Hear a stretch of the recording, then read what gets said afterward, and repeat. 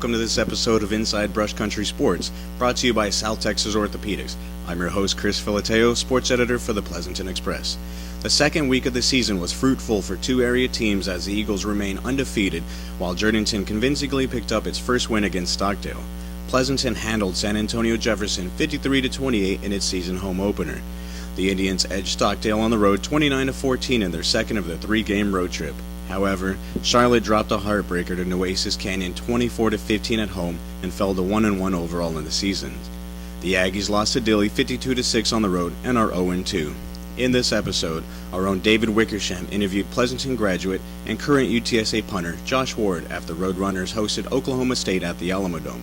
We also have audio from UTSA head coach Larry Coker and his thoughts about the Roadrunners' loss to the Cowboys. Then, we will move on to our analysis on the opposing teams facing each Atascosa County squad. First, Josh Ward and the Roadrunners battled with Oklahoma State, but lost their season home opener 56-35 at the Alamodome. The UTSA junior finished with 2 punts for 78 yards in the matchup, along with one inside the 20. Let's hear what Josh Ward had to say after the game last week. What was the atmosphere like on campus leading up to this game? It was pretty crazy. The students were really supportive. It was nice to see a lot of fans out here today supporting us and stuff, but it was a good atmosphere. Now that you're 3 years into UTSA and graduated from Pleasanton, what's it like being a college athlete? What's the experience been like?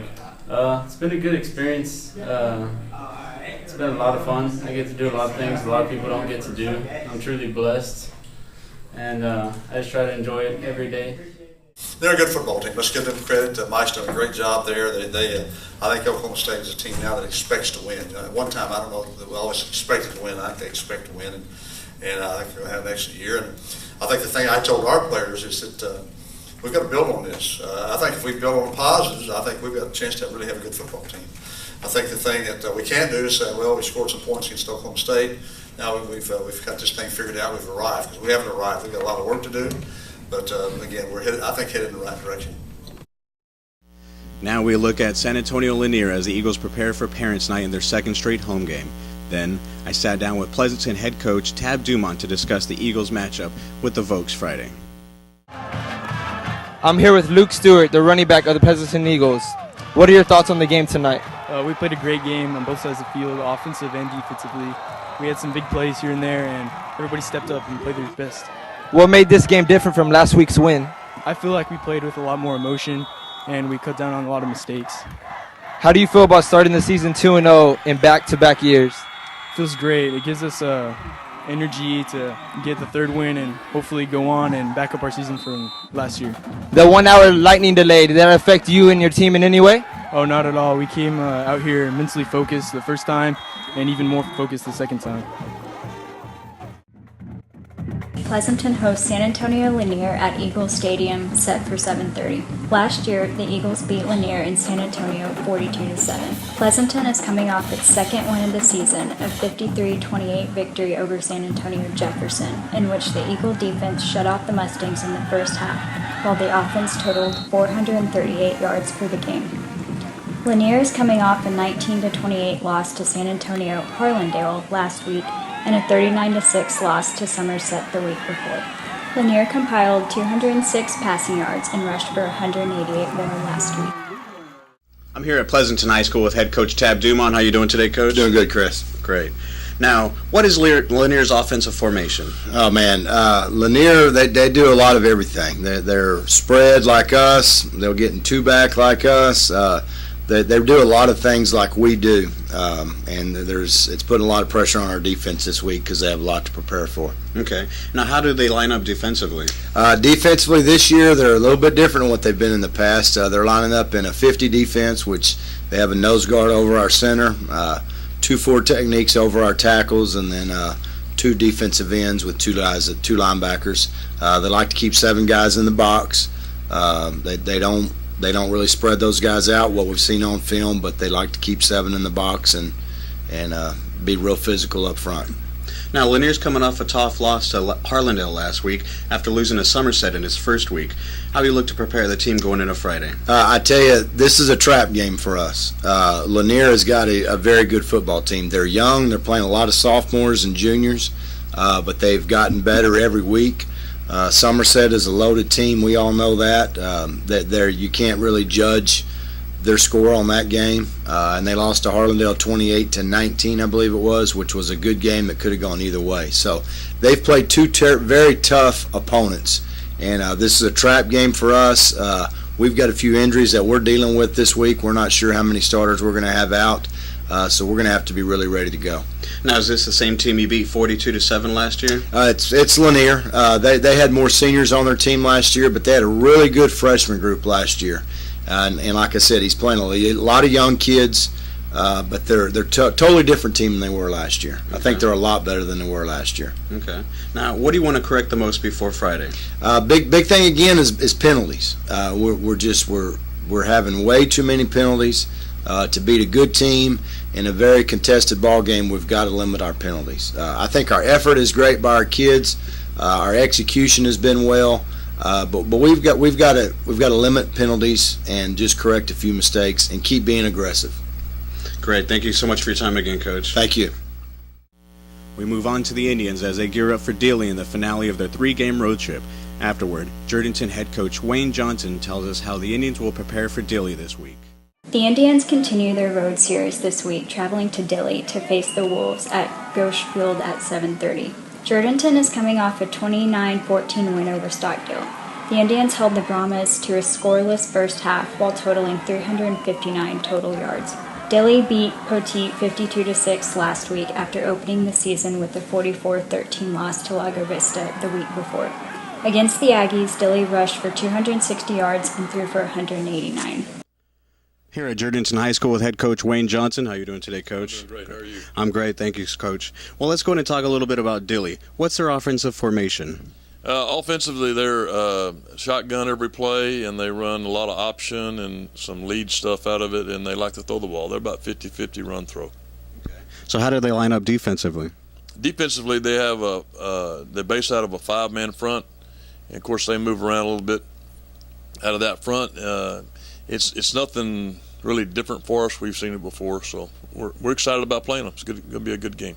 It should be a good game, Coach, because they're in the same predicament y'all are. You picked up y'all's first win after convincing victory over Stockdale last week, and they beat Poteet last week. Y'all are kind of in the same predicament. So how are you going to motivate the kids going into this Friday? Well, there's really no motivation for Dilley, because anytime we play Dilley, there's motivation there. It's one of those games where both teams get ready to play each other. It's always been a hot game between the two of us for a long time. So we're really excited about playing them, and they've got a good ball club, and we feel like we have a pretty good ball club, and I think it's going to be a good game. I believe so too, Coach. Now, this is the last road game before you go home for 3 games. How important is it to pick up a win on Friday? It's real important, and I will be glad to be off the road. It'd be nice to play a home game. I don't know who scheduled that, but anyway, we're really excited about going over. If we can win this ball game, it'll really help us out. You win 2 out of 3 on the road, starting off the season. That's a good accomplishment. We're looking forward to doing that. Now, y'all ran a well-balanced offense last week, scoring a lot of touchdowns in the air. How will you look to continue that performance going into Friday? Well, we're going to just take what they so-called give us. We start off looking at formations at the start of the game and kind of see where they set up on us, and then we adjust our offense according to how they're adjusting our defense. So that's basically what we did last week, and we'll do the same thing this week. Great. Thank you so much for your time again, Coach. You bet. Thank you. Next, the Aggies remain on the road as they trek to Carrizo Springs. After that, Poteet head coach Hank Willis talks about how his team looks to earn its first victory of the season. Poteet travels to Carrizo Springs this week to take on the Wildcats at 7:30 p.m.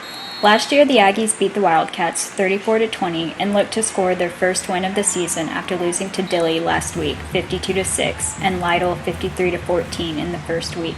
The Aggies offense will need to pick up against the Wildcats, who are coming off 2 wins to start the season, a 35-6 win over Cotulla and a 37-28 win over Edison last week.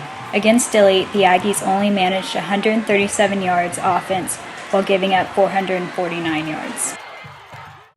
I'm here at Poteet High School with head coach Hank Willis. How you doing today, Coach? Doing good. Doing good. Well, let's talk a little bit about Carrizo Springs, Coach. How do they line up offensively? They're going to do a lot of different formations and have a really good running back, and they want to run the ball 90% of the time. So we're going to have our hands full trying to stop the running back. Now, what's their defensive formation? They like to bring pressure. They're going to bring pressure from every which way. So up front, we got to be prepared to be able to be able to pick up all the blitzes that they want to bring.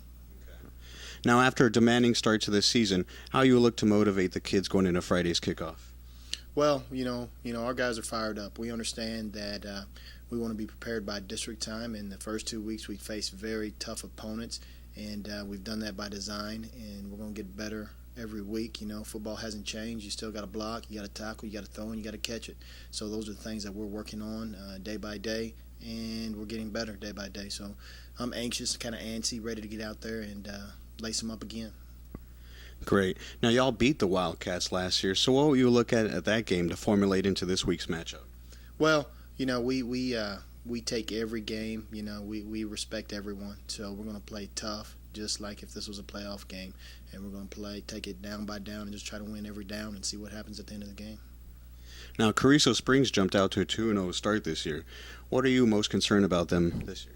Well, again, we're more worried about what Boteed is doing.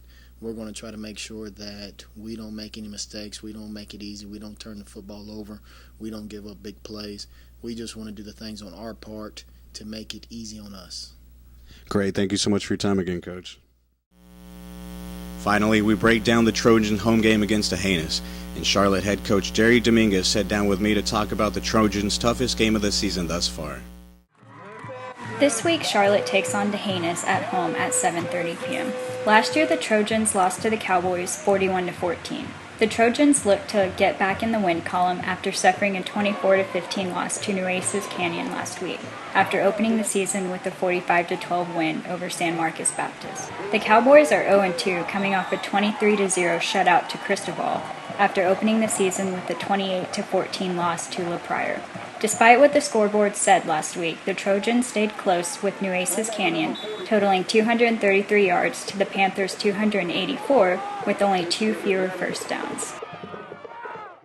Here at Charlotte High School with head coach Jerry Dominguez. How are you doing today? Doing good. Well, let's talk a little bit about D'Hanis this week, Coach. How do they line up offensively? They're a spread team. They've got a humongous quarterback. He's a big kid. He's played wide receiver, though. So watching him on film, not that he's timid, but he does know how to play the position real well. He's kind of like a backyard quarterback, run around, throw the ball around. So we're going to have to be disciplined in every facet on defense, just because whenever a play does break down, he just takes off and runs with it. So spread, throw the ball around. So now, how do they line up defensively? Defensively, they run a couple of fronts. They run a split. They can line up in a 50. They're always blitzing one linebacker. They always have one back. They play soft coverage in the secondary. I think we'll be able to run the football against them. I have faith in our offensive line. Our receivers getting better at blocking every week, and it's just a work in progress. But the one thing I say is we're stepping in the right direction. Now, after coming off a tough loss in Nueces Canyon last week, what are you going to harp on the most this week in practice? We're going to harp on the little things. That's one thing that I always preach to my team is the little things. Whether it be getting in the right stance, keying the right thing on defense, having a great block on, as a running back on offense. And bottom line was the other night was ball security. We always practice ball security, and they came to nip us in the bud there pretty much on Friday. But our kids have taken it in stride. We're working hard. They're hungry. We owed D'Hanis one. They beat us soundly last year, 41-0. A lot of these kids on the team were sophomores last year.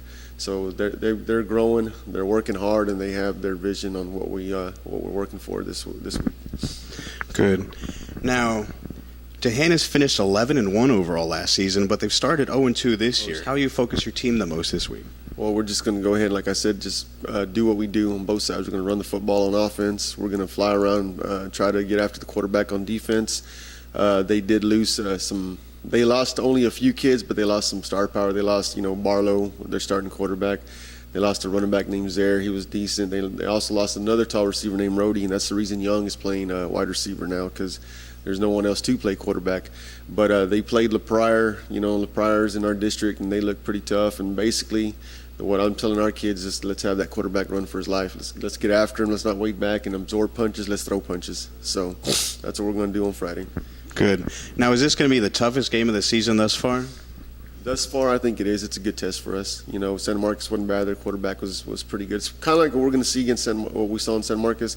It's just a taller version of that quarterback. He's a tough runner also. Oasis Canyon was a good ball team. Like I said, we take care of little things, and we're sitting here at 2-0. But D'Hanis, yes, by far is going to be the best test right now. Well, great. Thank you so much for your time again. Don't forget to follow us on Twitter for the latest scores of your favorite area teams at PE1909. Join the conversation at #MyBCSports. Also, I'm asking our Twitter followers to submit questions for the 4 area coaches, and if we choose one of the questions, you will win a STRMC goodie bag. That's it for this week's episode of Inside Brush Country Sports. I'd like to thank the Jerseyton High School cheerleaders and Josh Ward. We also want to extend our gratitude to South Texas Orthopedics. Signing off, I'm Chris Filateo. Head out there and enjoy your Friday night lights.